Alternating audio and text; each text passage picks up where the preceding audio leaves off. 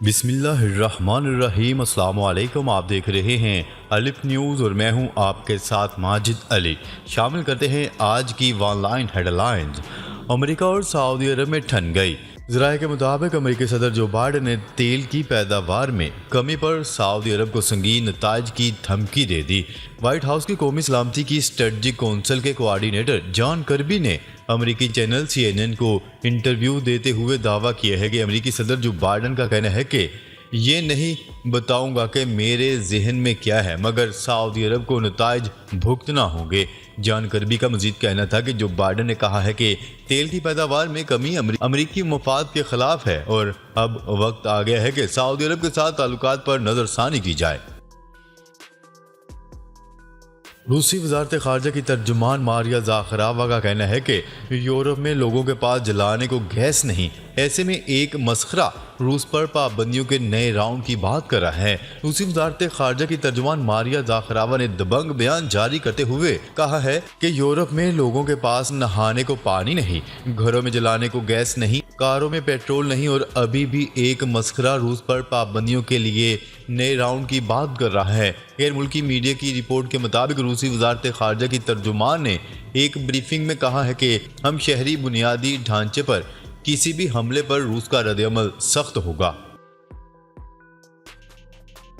روس یوکرین سے جنگ ہار رہا ہے، نیٹو سربراہ کا دعویٰ۔ نیٹو کے سربراہ اسٹولٹنبرگ نے یوکرین مزید حملوں کو روس کی کمزوری قرار دیتے ہوئے دعویٰ کیا ہے کہ در حقیقت روس یوکرین جنگ ہارنے لگا ہے۔ غیر ملکی میڈیا کی رپورٹ کے مطابق نیٹو چیف اسٹولٹنبرگ نے یوکرین پر روسی حملوں کے بعد اپنے ایک بیان میں کہا ہے کہ پیوٹن یوکرین میں ناکام ہو گئے ہیں۔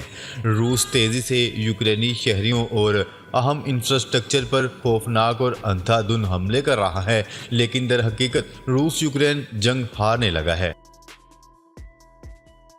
چین میں کرونا وائرس کے 1000 سے زائد نئے کیسز رپورٹ، لاک ڈاؤن نافذ۔ چین میں کرونا وائرس کے نئے کیسز سامنے آنے کے بعد ملک بھر میں ایک بار پھر لاک ڈاؤن نافذ کر دیا گیا۔ بین الاقوامی میڈیا کی رپورٹ کے مطابق چین کے مختلف صوبوں میں 2 نئے اومیکرون ویریئنٹ سامنے آئے ہیں، جن کے بارے میں یہ کہا جا رہا ہے کہ نسبتاً زیادہ شدید اور تیزی سے پھیلنے کی صلاحیت رکھتے ہیں۔ چین کے نیشنل ہیلتھ کمیشن نے 12 اکتوبر کو گزشتہ روز 1760 نئے کرونا کیسز سامنے آنے کی اطلاع دی ہے، جو بیجنگ، شنگھائی، شینزن اور زیان جیسے شہروں میں سامنے آئے ہیں۔ یوکرین کو جرمنی سے پہلا ایئر ڈیفنس سسٹم موصول۔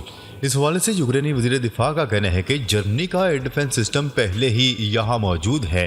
انہوں نے بتایا کہ امریکی ایئر ڈیفنس سسٹم بھی بھیجا جا رہا ہے، یہ صرف شروعات ہے، ہمیں مزید دفاعی تعاون کی ضرورت ہے۔ یوکرینی وزیر دفاع کا مزید کہنا تھا کہ یوکرین کے لوگوں کو بچانے کے لیے فضائی حفاظت ضروری ہے۔ دوسری جانب یوکرینی حکام کا کہنا ہے کہ جرمنی نے روسی میزائل حملوں کے بعد ایئر ڈیفنس سسٹم کی فراہمی کا وعدہ کیا تھا۔ گزشتہ روز یوکرین پر روسی میزائل حملوں کے بعد امریکی صدر جو بائیڈن نے بھی یوکرینی ہم منصب ولادیمیر پیوٹن سے ٹیلی فونک رابطہ کر کے ایئر ڈیفنس سسٹم دینے کا وعدہ کیا۔ عمر سرفراز چیمہ کو مشیر داخلہ پنجاب بنانے کا فیصلہ۔ سابق گورنر پنجاب عمر سرفراز چیمہ کو پنجاب کا مشیر داخلہ بنانے کا فیصلہ کیا گیا۔ چیئرمین PTI عمران خان نے پنجاب کی وزارت داخلہ کے لیے سابق گورنر پنجاب عمر سرفراز چیمہ کے نام کی منظوری دے دی۔ ذرائع کا کہنا ہے کہ عمر سرفراز چیمہ کو وزیر اعلیٰ کا مشیر برائے داخلہ لگایا جائے گا۔ صوبائی وزیر داخلہ ہاشم ٹوکر کے مستعفی ہونے کے بعد پنجاب میں وزارت داخلہ کا منصب خالی تھا۔ 14 روز بعد روپے کے مقابلے میں ڈالر مہنگا ہو گیا۔ ڈالر کا بھاؤ کم ہونے کی لہر 15ویں روز ٹوٹ گئی اور آج انٹر بینک تبادلہ میں ڈالر 9 پیسے مہنگا ہوا ہے۔ انٹر بینک میں کاروبار کے اختتام پر ڈالر کا بھاؤ 217.88 روپے ہے۔ وزیر اعظم شہباز شریف اور ان کے صاحبزادے Hamza Shahbaz FIA money laundering case میں بری ہو گئے۔ اسپیشل سینٹرل کورٹ لاہور نے منی لانڈرنگ کیس میں شہباز شریف اور حمزہ شہباز کی بریت کا فیصلہ سنایا۔ 11 اکتوبر کو اسپیشل سینٹرل کورٹ نے وزیر اعظم شہباز شریف اور حمزہ شہباز کے خلاف منی لانڈرنگ کیس میں بریت کی درخواست پر وکلا کے دلائل مکمل کرنے کی ہدایت کی تھی۔ ایف آئی اے نے عدالت کو بتایا تھا کہ شہباز شریف اور حمزہ شہباز کے اکاؤنٹ میں براہ راست پیسے جمع ہونے یا نکلوانے کے کوئی شواہد نہیں۔ شہباز شریف کے وکیل کے دلائل مکمل ہونے کے بعد عدالت نے کیس کا فیصلہ محفوظ کر دیا تھا، جو کہ اب سنا دیا گیا ہے۔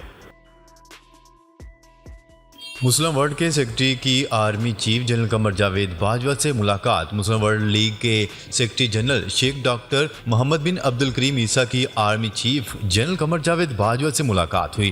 پاک فوج کے شعبہ تعلقات عامہ ISPR کے مطابق مسلم ورلڈ لیگ کے سیکرٹری سے ملاقات میں باہمی دلچسپی کے امور، دو طرفہ سیکیورٹی تعاون اور علاقائی امن و استحکام پر تبادلہ خیال کیا گیا۔ Army chief general Qamar Javed Bajwa کا کہنا تھا کہ پاکستان اور سعودی عرب کے تعلقات بھائی چارے اور باہمی اعتماد پر مبنی ہیں۔ دونوں اقوام امن و استحکام اور امت کی بہتری کے لیے کردار ادا کرتی رہیں گی۔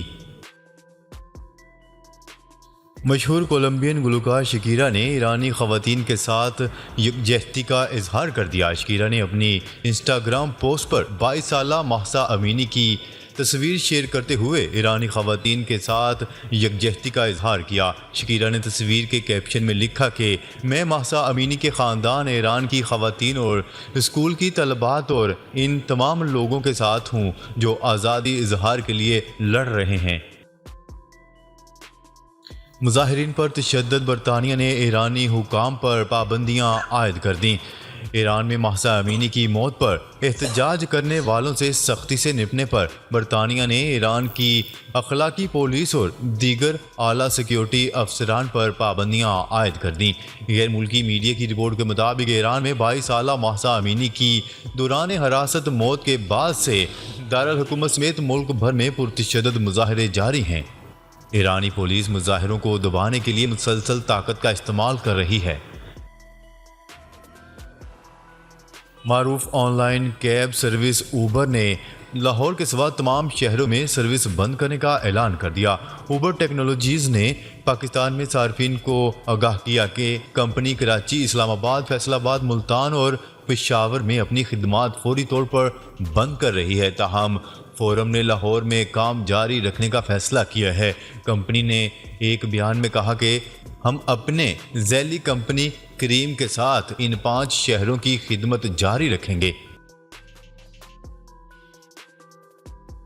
برے دن ابھی آنے ہیں۔ IMF نے خطرے کی گھنٹی بجا دی۔ عالمی مالیاتی ادارے IMF نے 2023 میں کساد بازاری کا خدشہ ظاہر کر دیا۔ IMF نے ورلڈ اکنامک آؤٹ لک رپورٹ جاری کر دی، جس کے مطابق برے دن ابھی آنے ہیں۔ امریکہ، چین اور یورپ کی معیشتیں انجماد کا شکار رہنے کا خدشہ ہے۔ رپورٹ کے مطابق روس یوکرین جنگ کی وجہ سے یورپ کے لیے موسم سرما بدترین ہوگا۔ IMF کی رپورٹ میں خدشہ ظاہر کیا گیا ہے کہ پاکستان میں مہنگائی اور بے روزگاری میں اضافہ ہوگا، جبکہ شرح ترقی 3.5% رہے گی۔ روسی سائبر حملے، امریکی ایئرپورٹس کی ویب سائٹس متاثر۔ روس سے تعلق رکھنے والے ہیکرز گروپ نے امریکہ کے کئی ایئرپورٹس کی ویب سائٹس کو نشانہ بنایا، جس کی وجہ سے مسافروں کو سخت مشکلات کا سامنا کرنا پڑا اور ایئرپورٹس پر غیر معمولی رش لگ گیا، لیکن فلائٹس آپریشن معمول کے مطابق جاری رہا۔ ناسا کا زمین کو سیارچوں کی ٹکر سے محفوظ رکھنے کا تاریخی مشن کامیاب۔ ناسا کا زمین کو سیارچوں کی ٹکر سے محفوظ رکھنے کا تاریخی مشن کامیاب ہو گیا۔ تجرباتی اسپیس شپ کی ٹکر نے سیارچے کا راستہ کامیابی کے ساتھ بدل دیا۔ ناسا کا آرٹ کرافٹ 26 ستمبر کو سیارچے سے ٹکرایا تھا۔ سربراہ ناسا نیلسن نے کہا ہے کہ ہم نے ثابت کر دیا ہے کہ ناسا زمین کی حفاظت کے طور پر سنجیدہ ہے۔ ڈاٹ مشن کی کامیابی انسانیت کے لیے اہم سنگ میل ہے۔ ملک میں پہلی بار ڈرون کیمرے سے ٹریفک مانیٹر۔ لاہور میں مال روڈ پر ڈرون کیمرے سے ٹریفک مانیٹرنگ کا تجربہ کیا گیا۔ CTO لاہور منتظر مہدی نے مال روڈ احتجاج کے دوران ڈرون مانیٹرنگ کا جائزہ لیا۔ ڈرون مانیٹرنگ کے دوران روڈ بلاکنگ، احتجاج و متبادل روٹ پلان کا جائزہ لیا گیا۔ منتظر مہدی کا کہنا ہے کہ ڈرون سے اسموگی وہیکلز، ون وے ٹریفک کی خلاف ورزیوں کو مانیٹر کیا جائے گا۔ بلوچستان طلبہ کے 50% تعلیمی اخراجات وفاق ادا کرے گا، وزیر اعظم نے بڑا اعلان کر دیا۔ وزیر اعظم شہباز شریف کا کہنا ہے کہ بلوچستان کے طلبہ کے 50% تعلیمی اخراجات وفاق برداشت کرے گا۔ وزیر اعظم شہباز شریف نے سماجی رابطے کی ویب سائٹ ٹویٹر پر لکھا کہ بلوچستان کے جو طلبہ پنجاب کے مختلف تعلیمی اداروں میں زیر تعلیم ہیں، ان کے 50% تعلیمی اخراجات وفاق برداشت کرے گا۔ ان کا کہنا تھا کہ پنجاب کے تعلیمی اداروں میں بلوچستان سے تعلق رکھنے والے اسکالرشپ پر زیر تعلیم طلبہ کے مسائل میرے علم میں لائے گئے۔ بلوچستان کے طلبہ اب بغیر کسی پریشانی کے اپنی تعلیم جاری رکھ سکیں گے۔ ناظرین، اب تک کے لیے اتنا ہی۔ مزید خبریں لے کر بہت جلد آپ کی خدمت میں حاضر ہوں گے۔ تب تک کے لیے اپنا خیال رکھیے گا۔ اللہ نگہبان۔